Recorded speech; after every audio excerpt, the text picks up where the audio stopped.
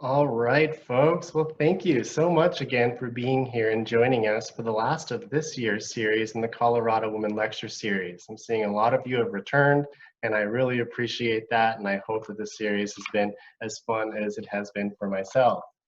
So I'm Mike Erickson, the Education Coordinator at the Center for Colorado Women's History. And beyond our special guest today, who I'll introduce pretty soon here, I am joined by our director, Jillian Allison at the Center for Colorado Women's History, who has worked with partners throughout the state to reflect and connect Colorado with the history of the 19th Amendment. Hello, thank you so much for joining us today and throughout the series. We've been joined by such insightful historians and history makers, and today is no exception. Today's talk kicks off the culmination of a year-long Women's Vote Centennial Colorado 2020 initiative. We're commemorating the 100th anniversary of the adoption of the 19th Amendment on August 26th. History Colorado and our partners are marking the occasion with a week's worth of activities, like a car caravan parade, more talks, a summit on August 27th, and you can learn more by following the link in the chat. We hope that you'll join us. I also wanted to take this opportunity to thank so many of you who have made contributions to support the programs during this time. Your donations have helped to make our work possible. Thank you so much. I agree, Jillian. Thank you, everyone, to have made the time to join us and those that were able to support us by their very generous donations. So thank you so much. All right, now today, if you can notice, I am actually at 1310 Bannock Street, the Center for Colorado Women's History. Now, this was historically the homes of the Byers and Evans family since 1883. The women of 1310 Bannock contributed to civic and charitable organizations in early Denver, even right from this house. The Center for Colorado Women's History is a space for dialogue that aims to generate new knowledge and perspective of women's roles in history within Colorado and beyond. We hope you can visit sometime and find more information on how to do that in the chat. All right, before we begin, as always, we do need to acknowledge that the 48 contemporary tribes with historic ties to the state of Colorado, these tribes are our partners. We consult with them as we plan exhibits, collect, preserve, and interpret artifacts, do archaeological work, and create educational programs. We recognize these indigenous peoples as the original inhabitants of this land.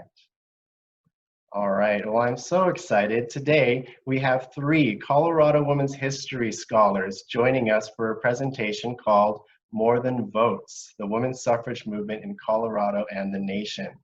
I am happy to firstly introduce Rebecca Hunt, who today will discuss earlier efforts to expand women's rights in the nation and in Colorado. Rebecca is a historian who interprets the history of America and the West within the context of community institutions. She is a retired associate professor of the University of Colorado, Denver, and she taught museum studies as well as the history of the American West, immigration and ethnicity, and women's history. Thank you, Rebecca, for being here, and hello. Hello. All right, and then next in the presentation, we have Marsha Goldstein, who will discuss the 1893 Colorado election. Hello, Marsha. And Marsha holds a master's in American history from the University of Colorado in Denver and a PhD from the University of Colorado at Boulder. Her dissertation, Meet Me at the Ballot Box, traces women's political activism in the immediate aftermath of winning full suffrage in 1893. Hello there, Marsha. Now I'm very excited to introduce our third guest today, Sarah Platt Decker. So Sarah Platt Decker is joining us from time and on Zoom, and she is here to share the work of herself and the work of Colorado women and women's organizations in Colorado and the nation. So we will see Sarah Platt Decker soon. But it's great to have you all here. Now to start it out, we are going to hear from Rebecca Hunt about the earlier efforts to expand women's rights in the nation and in Colorado.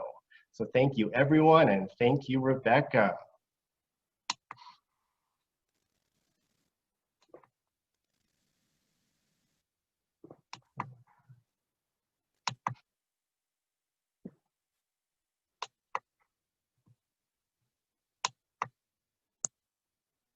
Just do it. There we go.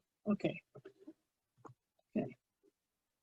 What I'm going to do today is I'm going to give you deep background on things that are related to the rise of the suffrage movement. And because I want to do that, I'm going very far into the past, and I'm starting before any of the Europeans got here.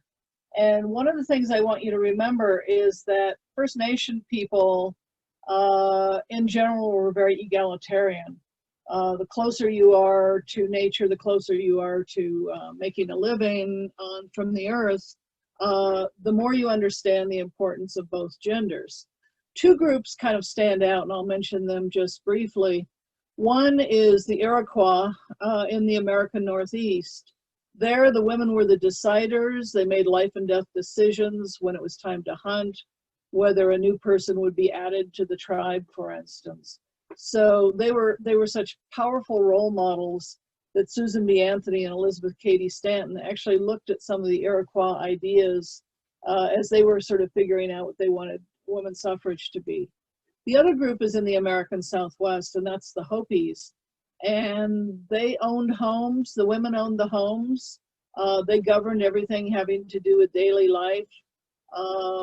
And the men actually spent their time in the kivas, which were the religious centers. Women even owned things like the cornfields. And so one of the things you'll find is when the Europeans got here, they found these First Nation approaches to equality very challenging to their ideas. Another group that had some more legal rights than most English American women were the Spanish. They had a number of legal rights, including owning property, being able to represent, be represented in court. They still had many of the same restrictions on marriage and on kind of being out in public life. But they still, when the English got here, they were surprised that there were other people who, I'll say, were different. Under English law, you had a woman who was single be femme sole. She was her own person. She could run a business. She had responsibility for property. But once you married, you were femme couvert, and that meant that you were under the identity of your husband. You were legally a subset of your husband, which meant that he controlled the property, the wages, the children, and there was also this thing called the rule of thumb, which said that a man could beat his wife as long as it was no bigger around than his thumb, whatever he beat her with. So I could almost see a woman saying, your thumb's too big, I'm not marrying you. Except she generally didn't have that choice because her family dictated a lot about who she married. I might say that if a woman was wealthy enough, she might have what we would now call a prenup, which would give her a little more control over property. But pretty much the general model was the femme couvert model. We had a revolution. Declaration of Independence started in 1776. We had, of course, the revolution, and then we wrote the Constitution. And a lot of that was based on this concept of all men are created equal. Now, if you ask them, they would say, well, men are humans. But the reality was, it was a promise really for white propertied men. So if you were a woman, if you were free people of color, and there were free people of color in the early republic, First Nations, or if you didn't own land, you were pretty well left out. Basically what that meant was if you were working class, you were left out. When we became a nation, we were struggling a little bit with what it meant to be an American citizen, a citizen of a republic. In England, we'd been subjects of a monarch. And, okay, what's the difference between a citizen and a subject? All of free white people were citizens, but what was that? Where do men fit in? Where do women fit in? And so over time, some ideas arose that changed the old ideas a little bit to reflect a republic. But the big one, historians call this either the cult of domesticity or the cult of true womanhood. And what it was the idea that women really should be in the home, except, you know, maybe helping out on the farm or helping out in the husband's business. Most women, and when I say most women, I really have to say middle and upper class women were the most likely, needed to stay home, raise their children, and be the guardians of morality. This is when you really start seeing more of that putting woman on a pedestal kind of idea. Children were supposed to be nurtured, and that was the woman's job.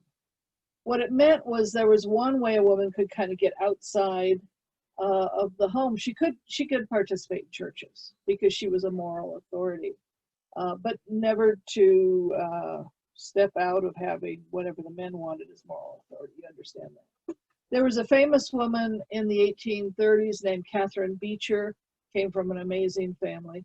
Her sister wrote a little book called Uncle Tom's Cabin, but she was writing books on domestic economy. And if you were to ask a modern feminist, they would say, oh, that's so retro. That was just sticking women in the home. Interestingly enough, Katherine Beecher was trying to professionalize keeping house, making it a more satisfying job. You have songs like Home Sweet Home that glorified the home. The home was where the man, after a tough day out in the world, came back and the woman made him comfortable, and the children gathered around, brushed and washed and peaceful. And so that was the world. Women slowly got a few choices, extra choices. Some chose to stay single. Susan B. Anthony said to her friend Elizabeth Cady Stanton, I will not be a drudge, I will not be a doll, I will not be a manservant, I will not marry. And so you see some women deciding to do that. Some were marrying later, longer engagements, and marrying for love instead of because the parents said this is who you're marrying. All women had issues though. On the farm, the children did a lot of the work. They brought in the eggs and they milked the cows, they brought in the firewood, and they did a lot of lesser chores. So they were considered hands, you were growing food, you could feed them. In town, children became mouths that you had to feed. That's going to lead to more working class women and more immigrant women moving outside of the home to an extent. And that made them a little suspect in a lot of places too. The other thing that happened was over time, over the century, 1800 to 1900, women started having fewer children. So an average of 7 in 1800 down to an average of 4 in 1900. Most of my relatives, as I'm working on a family book, had 10 to 18 children. And that's about 1 every 2 years for a woman. Women got involved in purifying the community, society. Early on, young single women could work in the factories and then get married and go home and take on the roles ordained for them. But by the 1840s, you had women also moving into another nurturing role, which was teacher. So you see the rise of public schools in the 1840s, and you see women being hired, young single women for the most part, or older single women who chose not to marry, to be the teachers. Women were paid, not surprisingly, half as much as the men were. And the schools were based on a kind of factory model, turning out everyone with the same knowledge. Sort of, if you look at the picture on the lower right, sort of based on a Protestant meeting house kind of arrangement. Even the teacher's desk at the front was a little bit like a pulpit. And so you see women moving into areas where they are helping change society a little bit, make it better, but within their roles.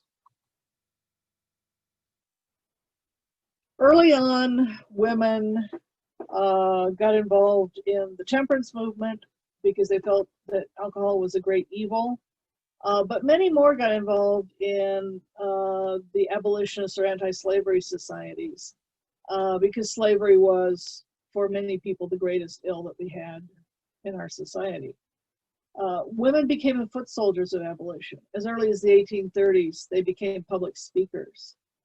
In 1840, Elizabeth Cady Stanton, who you see on the top picture, and Lucretia Mott on the bottom, met at the London World Anti-Slavery Convention. And they'd been used to speaking up in meetings at home, but when they got to London, this was in a big opera house, and there were these boxes, you know, the boxes with the nice comfy chairs and the curtains. And they were told, you go sit up there, you draw the curtains, don't utter a word. And so they were incensed, aggravated, and motivated at that point to come home and try to make some changes. One of the things that people considered was the idea of women's suffrage. But I have to say, this was not a very popular idea for a long time because voting was quintessentially male. It was out in the rough and tumble world, and who knows what damage it could do to a woman to vote. So as early as 1838, out on the western frontier of Kentucky, they tried a little experiment. They let women vote in school elections. This would later come to pass in other frontiers, like in Colorado, for instance, or Kansas. 1848, Mott and Stanton got together and organized a meeting in Seneca Falls, New York, at a Methodist chapel. They took the Declaration of Independence. They turned it into a declaration of sentiments that, among other things, said, all men and women are created equal. The Quaker men liked a number of the things, a woman being able to keep her wages and control of her children and not be beaten and keep her property. Because the Quakers were, they were very egalitarian to begin with. But the Quaker men were really reluctant on the vote thing. They really had to struggle with that. And it looked like that when Elizabeth Cady Stanton brought that up, that it might not fly. But Frederick Douglass, who was an African-American abolitionist, was at the meeting. And of course, he was one of the greatest orators at the time. And he got up and he spoke to those Quaker men who were some of the 300 who had to vote on this. And he said, listen, women's rights are human rights. A right denied to one is the right denied to all.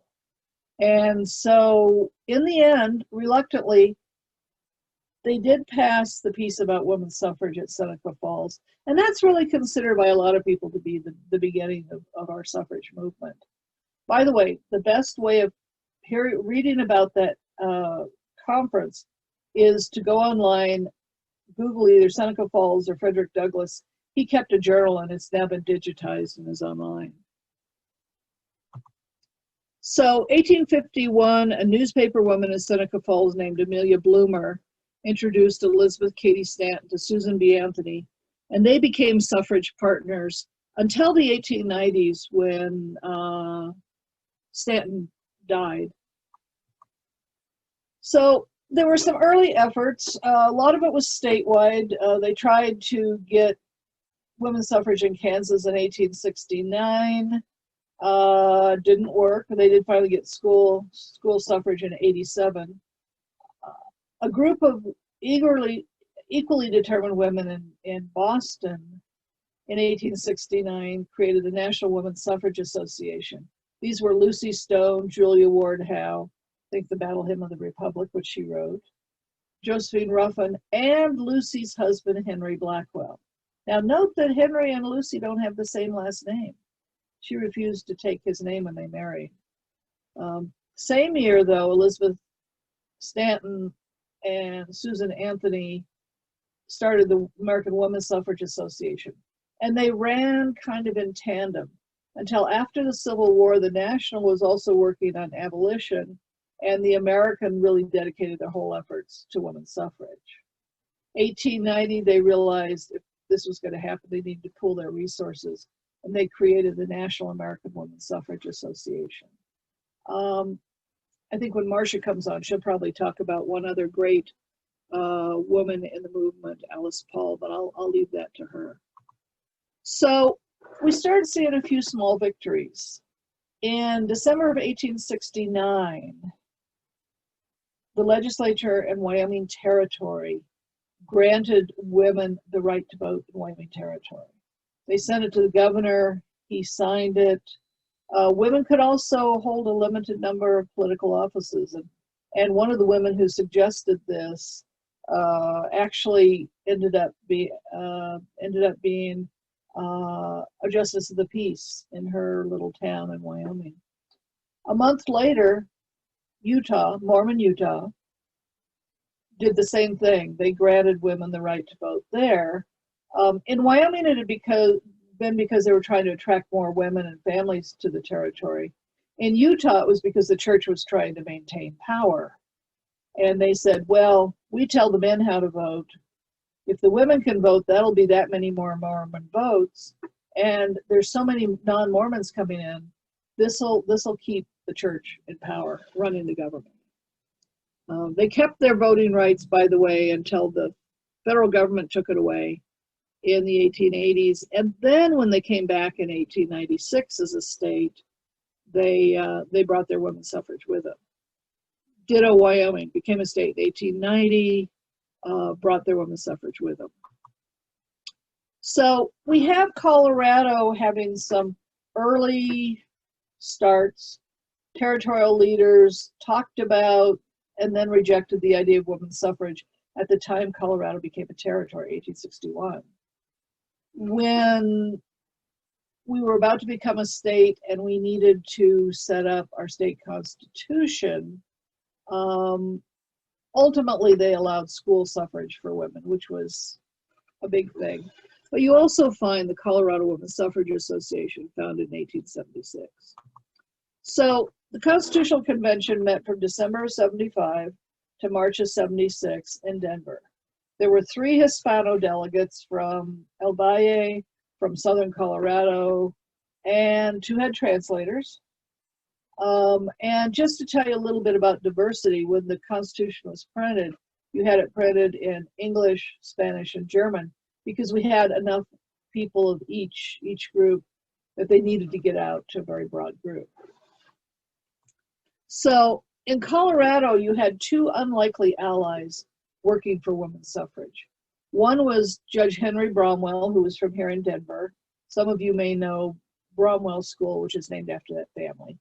The other was Agapita Vigil, and he was from southeastern Colorado. They worked very hard to get a piece in the Constitution that said Colorado women, in honor of this being the centennial of the founding of our nation, will have the vote. It did not go over and go into the Constitution, but instead that school suffrage that I mentioned was part of it. They also suggested in 1877 there should be an election where the male, of course, voters would be able to decide the issue. So August 1st, 1876, now you know why it's Colorado Day on August 1st. It went into effect. Women were able to vote in the school elections, hold school office. 1877, they held the state referendum for women's suffrage. A lot of female leaders under the leadership of the Suffrage Association worked very hard on this. And unfortunately, it ended in defeat.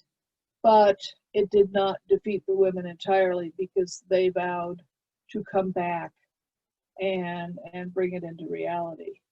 And at this point, I want to turn this over to Marcia, who's going to take that story forward from here.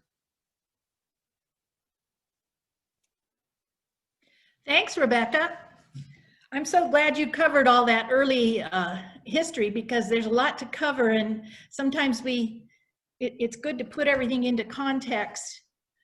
I also wanted to thank everyone for coming. It's an honor to be able to present to the Center for Colorado Women's History, and the great supporters and people who have been following the great efforts that we've been trying to promote this year in honor of the 100th anniversary of the 19th Amendment. I'm going to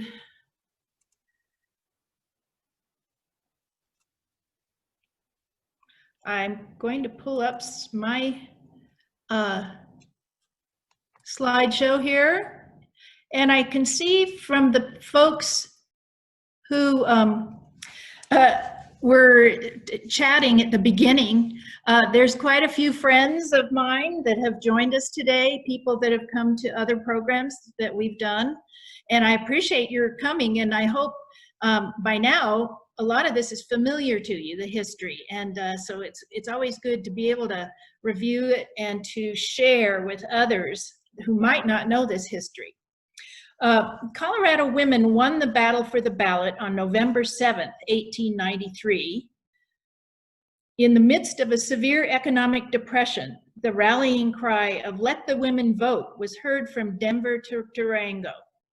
Colorado's astute male voters gained national attention when they approved equal suffrage by popular election for the first time in history.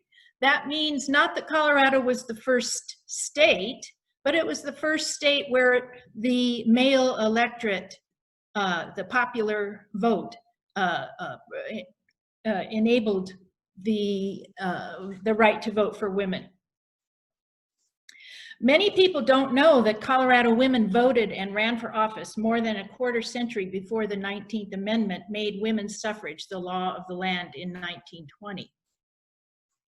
The story is a fascinating one. Equal suffrage in Colorado did not just happen. If you were to read older history books from the, prior to the 1970s or 80s, if it mentioned women's suffrage and its movement in Colorado at all, it would say, oh, the men gave the women the right to vote in Colorado in 1893. Well, I'm here to tell you that actually women won the right to vote, and it wasn't just easy either. A massive campaign was launched by a coalition of determined women and men of many colors, creeds, and classes. Women's organizations, labor unions, political parties, religious groups, garden clubs, business leaders, and many other reform-minded people put aside their differences to win the vote for women. And that reflects the strategy of the suffrage leaders that we were so lucky to have here in Colorado. As Rebecca mentioned, the Constitution of 1876 provided for a popular referendum to either approve or disapprove of women's right to vote. And the idea was that the state legislature at any time could vote to put the issue on the ballot, and it would be put before the voters, and a simple majority would make it then part of the Constitution. And as Rebecca mentioned, the first effort to do this was right after the Constitution was enacted. In 1877, even Susan B. Anthony even came out to promote the first suffrage referendum in Colorado, and but unfortunately it lost by a very large majority amongst the voters of Colorado. There had not been enough time, and there were not enough women's organizations and grassroots organizing at that time to really get people to understand the importance of this issue. And so the women who were in charge of this effort started doing a lot of work, grassroots work, organizing women's groups, garden clubs, as I mentioned, charity groups. And one of the most active and most influential was the Women's Christian Temperance Union. Just one example of many. It was the heyday of women's organizations across the nation, and Colorado was no exception. When the referendum lost in 1877, many of these organizations went about trying to reform, promote reform from the outside of the political system, promote social programs and things like that, and offered social services that no one else was offering, especially the government, such as the orphanages and unwed mothers' homes that the WCTU organized and established in Denver. Part of the work of these organizations, though, including the WCTU, was to have what they would call a franchise committee. And within these organizations, they kept the idea of eventually winning the right to vote for women, giving it another try. And so they had whole committees just working on that. Out of these organizations emerged a new suffrage association. The earliest one from 1876 was called the Colorado Women's Suffrage Association. The name of the new one, which was established in the 1890s, was, as you see, the Nonpartisan Colorado Equal Suffrage Association. And this reflected, again, a very interesting and very successful strategy, political strategy, to reach out to all who could be united to support the right of women to have full voting rights. A couple of the leaders that were responsible for organizing this very influential suffrage association included Ellis Meredith, who was one of several journalists who were very instrumental in not only organizing the suffrage campaign, but also providing propaganda and communication and ways for women to communicate and to network through the written word, through columns in the Rocky Mountain News, for example, where Ellis Meredith had her Woman's World column. Some of us who've studied her work have come to call her the Susan B. Anthony of Colorado, because she really was the leader in terms of the strategy and the tactics and the philosophy of the suffrage campaign in the 1890s. Another very important leader of this suffrage, this newly emerging suffrage campaign, was Elizabeth Piper Ensley. She was one of a small but growing number of African Americans that had moved to Colorado in the 1880s and 1890s, and had come here in Massachusetts, where she had met some of the national suffrage leaders like Lucy Stone and some of the others, and had become quite an advocate, not only of the rights of African Americans in the United States, but also women's rights. She, for example, was an early columnist in an African American newspaper called The Woman's Era. It was a national newspaper, one of the first edited and produced by African American women. And she later was a tremendous leader and collaborator with a number of Black women's clubs, which they at that time called the Colored Women's Clubs.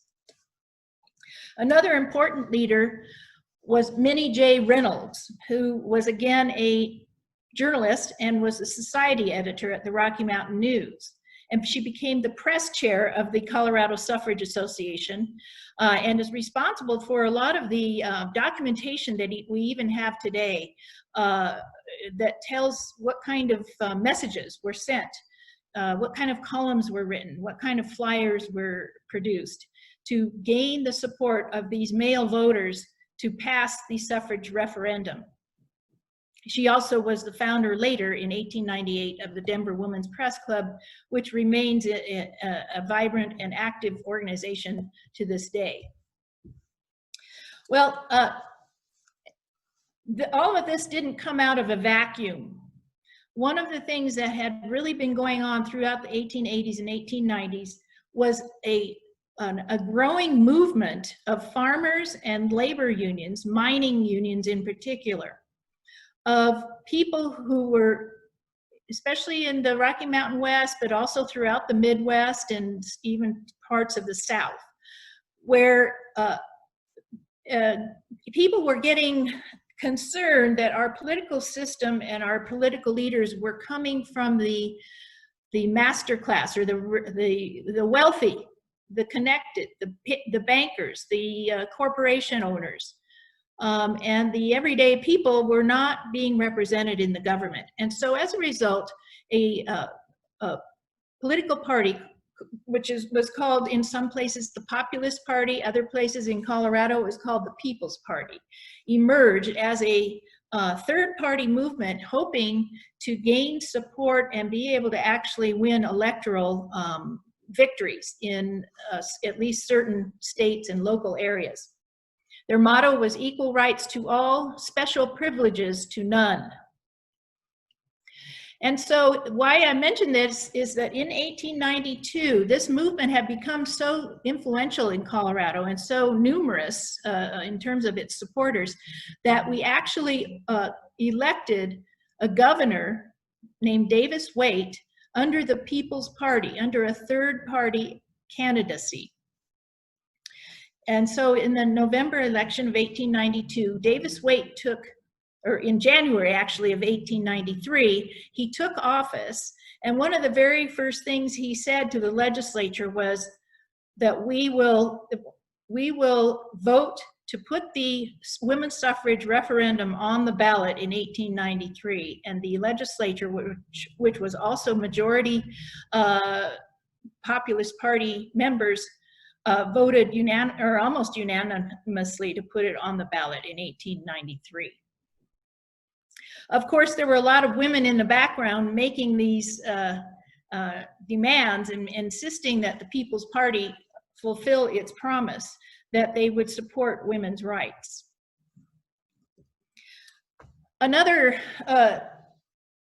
terrible situation that was going on in 1893, just as Davis Waitt was taking office, was a terrible depression, economic depression, that was caused by a sudden crash in the price of silver caused by federal monetary policy. It's a long story I won't get into, but the point being that the government went on the strictly gold standard instead of the bimetal standard that had been in effect and that had created a great market for silver. And one of the reasons why Colorado became a silver mining mecca for these early years in 1880s and early 1890s. All of a sudden in 1893, with the price of silver plummeting, a lot of these silver mines went out of commission and laid off hundreds, if not thousands, of miners. Where did these miners go? There were no unemployment checks then. There were no homeless shelters other than ones that churches had set up. There was no welfare. So the sudden influx of all these male voters, unemployed miners, it created the need for soup lines and tent camps, such as what you see here. Now, guess who it was that set up these soup lines and tent camps? It was these women's organizations that I mentioned earlier, and some of the same women leading these efforts that were also trying to promote and organize around the suffrage issue that was going to be voted on in November of 1893. There was a big debate in the suffrage campaign amongst the leaders. Some said, oh, the unemployment and the economic crisis is so terrible, we've got to drop our campaign for suffrage until this is all over. But Ellis Meredith and Elizabeth Ensley and the others I've mentioned insisted that the women could do both, and in fact they could make it work. They could provide the relief that was needed, but also at the same time create support for women's right to vote amongst these unemployed miners. And so you see this reflected in the flyers and leaflets that were handed out by the women, written up and handed out by the suffrage leaders and the grassroots organizers. And amongst the most ready audience for this was these angry, unemployed people in the tent camps. There were also anti-suffrage flyers that came out at the last minute calling it a dangerous experiment. The suffrage people who documented the suffrage campaign claimed that this flyer particularly was issued by a certain brewery in Colorado. It still seems to exist here in Colorado, and you know its name. Well, they were able, by going door to door to churches, tent camps, meetings, late union meetings, gaining the support of the men of Colorado for the suffrage campaign. And pretty soon the headlines around the state reflected the support that was coming up for women's right to vote. In fact, this encapsulates it. Let the women vote. They can't do any worse than the men have. And that's because things were so terrible at that time that people were ready for all kinds of change that they thought might help improve their lives. So on November 7th, 1893, the voters went to the polls, and the women made sure they were sober. Their husbands were sober when they went to the polls, and made sure they actually got there and voted. And so as the returns started coming out, it was revealed that the referendum passed by a 2/3 majority versus being lost by a 2/3 majority, which had happened before.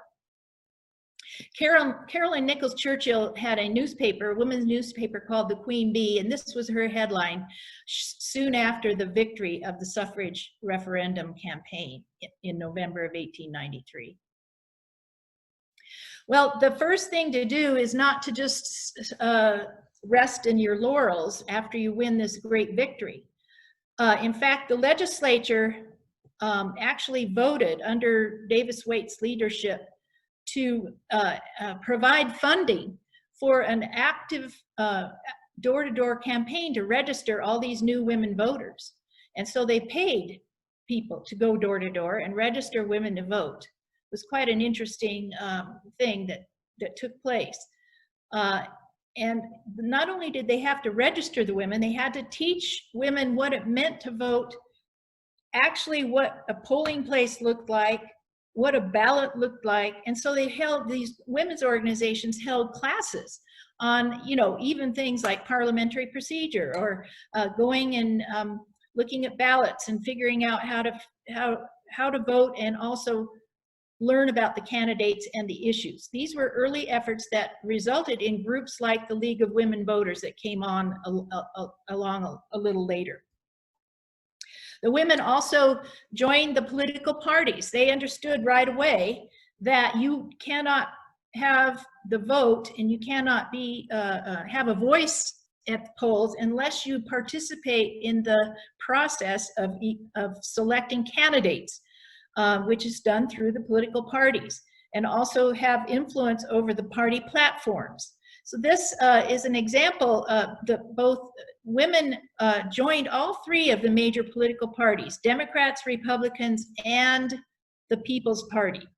And they demanded to be part of the conventions and part of the caucuses, and they met some resistance, but for the most part, they were able to participate and make their voice heard. Here we have the populist women's legions, for example. They taught women how to give speeches and how to make, stand up on a chair and yell so you'll be heard. The Colorado Women's Democratic Club, founded by Mary C.C. Bradford in 1894. She was also responsible for founding the first Jane Jefferson Women's Democratic Club, which was a national women's democratic club that still exists in some local areas. The Republicans were also quite a bit in the fray, including Elizabeth Ensley, who organized African American women in Denver and throughout Colorado into the Colored Women's Republican League. At that time was the party of Lincoln. And so many African Americans thought they had the most affinity with the Republican Party at that time. And over the decades, that has shifted quite a bit to the present day, where most African Americans are part of the Democratic Party. But Elizabeth Ensley and her efforts to get Republican women for Black women to vote. Her efforts resulted in electing the first African-American legislator in Colorado, Joseph Stewart, in 1894. Election day on November 6, 1894. This is a year after women won the right to vote. You see women lining up at the polls, anxious to have their voice heard, arriving as soon as the polls opened in their Sunday best to be able to vote in their first statewide election. And they brought their children and their babies. In 1894, the first 3 women were elected to the Colorado State House of Representatives. These were the first 3 women elected to a state legislature in the entire country. And by 1900, there had been 10 women who had been elected to the House of Representatives of Colorado in all 3 political parties as well. The result was that they brought up issues important to women, such as the women's 8-hour day law and the minimum wage for teachers, and were able to get those laws enacted, amongst many other reforms that at the time were new and progressive. The women's state by state, women won the right to vote throughout the West. By 1915, almost all the Western states, not all, but almost all, had either had public referendums granting the women the right to vote, or had done so through their state legislatures. Colorado women had, I'm almost done here, Colorado women had a big role to play in the national campaign, including what was later called the National Woman's Party, but started out as the Congressional Union for Women's Suffrage. They had the state headquarters in Colorado Springs, and many of those women who were part of the Women's Party participated in picketing and in front of the White House and in campaigning for the right to vote throughout the country. And here you see some of the women picketing in front of the White House in 1917, and several Colorado women were actually arrested and put in jail for this.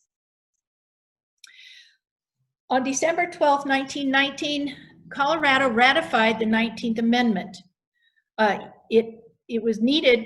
Colorado needed to ratify it officially, even though the state itself already had full voting rights for women. And so state by state by state, we finally reached the number in August of 1920 to make the 19th Amendment the law of the land. And I'll end this here just to remind you that Colorado women are citizens and have been for decades and centuries, and that we led the nation into the 20th century many years ago, but the vote for women did not bring about full equality, and the story is still being told. So I'm going to turn it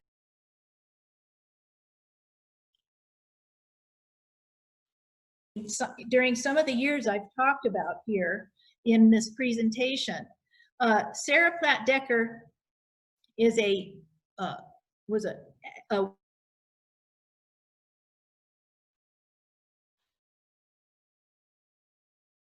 about the nation. So I'm going to turn it over to Sarah Platt Decker. Thank you, Mrs. Goldstein.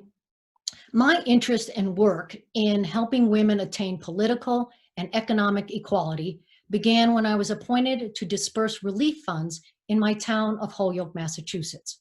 I saw firsthand just how disproportionately poverty affects women and children.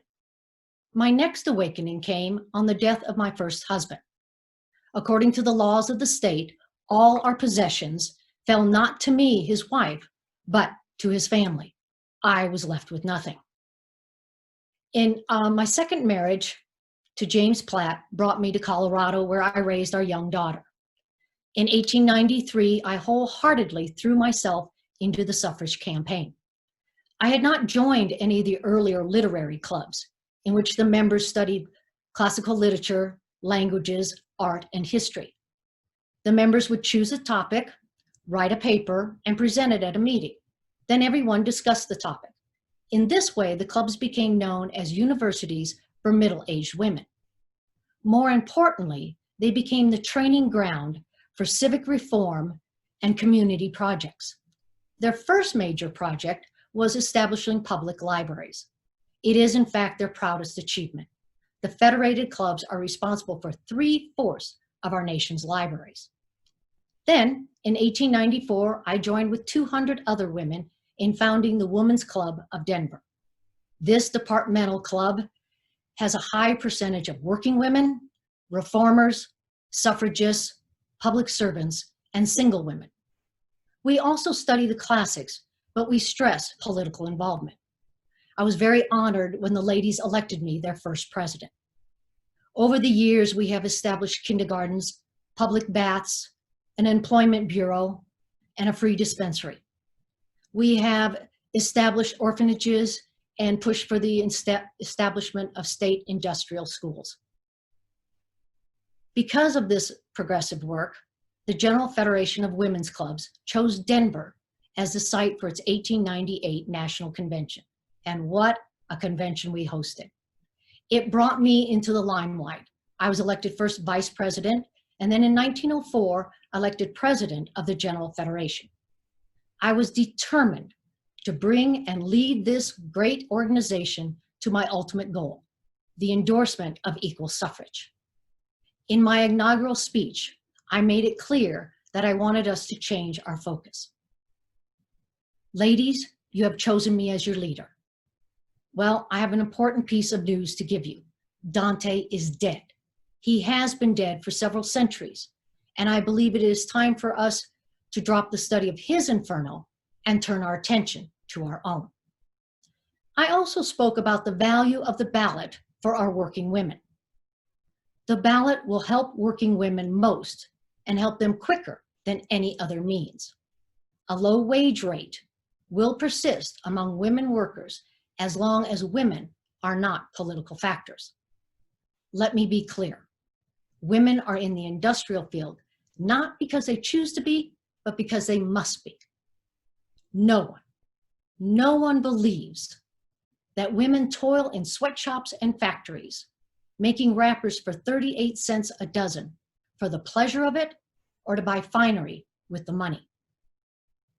Now, I believe that of all women in the nation, Colorado women are most convinced that it is going to take all women of all races and all colors for us to meet our goals. As you've already heard, Mrs. Ensley was instrumental in the victory in 1893. She is equally important in working with us through her organizations, the Women's League of Denver and the Colorado Association of Women's Clubs. I'm often asked in my travels why the vote is important to women. I replied to one reporter, "You can't exactly explain why suffrage is desirable. If you were to post a notice that all the workmen of this state would be disenfranchised at the next general election, you would have war and bloody war. Why? Does it make any particular difference to any individual workman whether Roosevelt or Bryan is elected? Not a particle. Then why does he want to vote? Because the vote is an indefinable something that makes you part of the plan of the world. It means the same to women that it does to men. You never ask a boy, have you closed the saloons? Have you purified politics and driven all the political tricksters out of the state? No, you put your hand on his shoulder and you say, today, my boy, you are an American citizen. And that is what you say to your daughter. There's generally 4 questions I'm asked. The first one is always, do the earnest, high-minded women of Colorado vote? Yes, most emphatically. I do not hesitate to say that the best women of Colorado have far more conscience in filling their responsibility as voters than the men of the same class. They also ask, is it generally true that the women simply vote as the men of their household dictate? No, Such has not been my experience or my observation. Just the other day, one of the most cultivated, influential women of the state was sitting as a delegate in a party convention, while at the same time, her husband was addressing a different assembly representing opposing views. But the situation excited no comment. Suffrage makes women individuals. And then, of course, has the woman vote wholly purified politics and banished all saloons? No, to both questions. And it would be beyond reason to expect such a result. Women have been in churches and in society since the beginning of time. Yet we still have vicious minds and sinful deeds in religious and social circles. And then lastly, is women's suffrage a success? Yes. All thinking women will admit that we have made mistakes, but that is the experience of all newly enfranchised people. In the beginning of equal suffrage in Colorado, the woman voter had no guide except for the traditions and advice of the men of their families or acquaintance. That was the old teaching of party politics. We followed a blind lead. And for me, it was a terrible awakening to realize that my party was just as bad as the other, and the other party just as high-minded in its purposes as mine. But there is an indescribable uplift in knowing that you are no longer classified with criminals and paupers, and we have an abiding interest in fulfilling our duties as citizens. Our efforts are making a difference. I believe we are on the cusp of officially endorsing equal suffrage. There are nearly 2 million members of the General Federation of Women's Clubs. Think of the impact that will make. Now, I have spent many years working in my adopted state of Colorado on political and charitable endeavors. I believe it is time now to take my efforts to the national stage. While I do believe that women can and have made differences from the outside, I strongly believe that it is as elected officials that we will have our greatest impact. Therefore, at this time, I am announcing my intention to run for the U.S. Senate from Colorado in the next general election. Ladies, our nation needs us now. Please join me in answering the call. Thank you. Thank you, Sarah Platt Decker. I don't know about you, but I would definitely vote for Sarah Platt Decker if I had the chance to. But we actually have Gail Beaton here, who portrays Sarah Platt Decker so awesomely. Now, Gail Beaton is a retired school teacher and community college instructor whose passion is Colorado women's history. She earned her Bachelor's of Science degree from the University of Colorado Boulder and Master's degree in the United States History and Public History from the University of Colorado Denver. She is author of a great book called Colorado Women: A History. Now, awesome. Thank you, Sarah, and thank you, Gail, for being here. Now, if you'd all like to turn on your cameras in terms of the panelists, so Rebecca and Marcia, what we're going to do is we're going to give you some time to think of any questions if you want, but I would love to hear any ahas or takeaways that you got from suffrage or anything new you might have learned from this. Feel free to put that in the chat. I'm going to quickly do some closing announcements and then we'll continue with these questions. So please note we had 3 amazing speakers here today. So thank you for being patient and allowing us all to get some questions answered. But what I'm going to do is quickly do our announcements, lets you reflect upon that, and if there's any other questions beside the ones we have, we'll get to those in just a moment.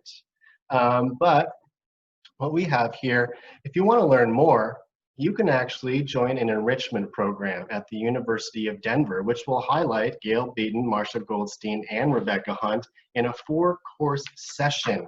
Well, a 4-session course online via Zoom on Mondays starting on September 14th.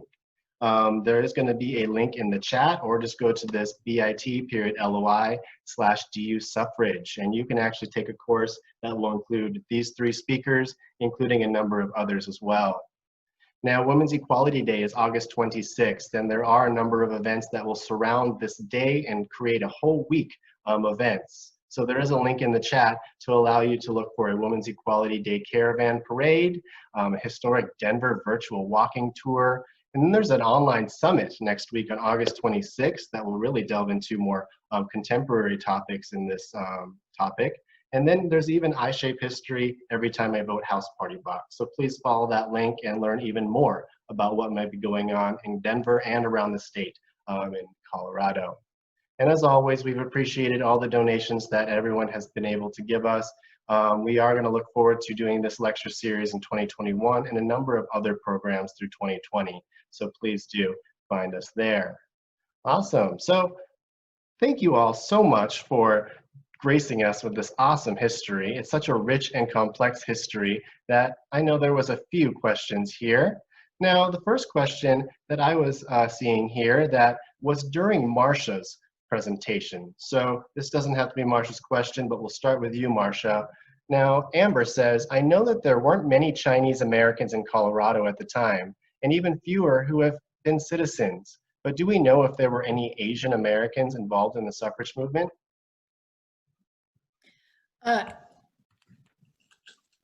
Let's see. Oh, okay. I'm not muted, am I? Okay. We have the research has not turned up anyone who was directly involved in the 1893 campaign. I know that I gave this presentation to a group in the San Luis Valley last spring, and there was a Japanese American woman who had grown up in that community and explained that her father was not allowed to vote or to be a citizen until the 1950s. And so there were severe restrictions on voting amongst Asian Americans, depending on their immigration status and their if they were born here. So these are all topics that we're busily researching, including the topic of Native American rights in Colorado. When, under what circumstances and when groups of Native American women were actually allowed to vote in Colorado. So I'm glad we're have this impetus to explore this issue some more. I don't know if anybody else would add to that. Well, thank you. And I'm so happy to hear that there are more research projects going on. It was amazing to see that in the 70s and 80s, the suffrage wasn't even mentioned, as you had mentioned, Marsha. So there's always more room to make sure that we can further our research. Now, another question here is, now, Marsha, do you know what 2 Colorado women were arrested? Oh, yes, Dr. Carolyn Spencer, a physician from Colorado Springs and a leader organizer for the National Women's Party chapter in Colorado, and several others. I don't know the other names off the top of my head, but she was the leading one, and there are articles written about her. She's a fascinating character. Awesome. Another question I have here is, have there been any analyses done on the current impact of voters in Colorado, and are women's votes significantly different from men's votes in our state? Does anyone have any information on this? Well, I do know that, I don't know if it's only because of the women voters, but Colorado has one of the largest percentages, if not the largest from year to year, of women in our state legislature, of any state. So I'm sure that has something to do with women voters all the way to today, in addition to the fact that we had the first first state representatives in Colorado in the whole nation. So we've traveled that road for a long time. Right, and then to follow up on the women arrested question, would you possibly be able to say the name again of the woman arrested from Colorado Springs? Dr. Carolyn Spencer. Awesome. Who is also an amazing woman. S-P-E-N-C-E-R, Carolyn Spencer.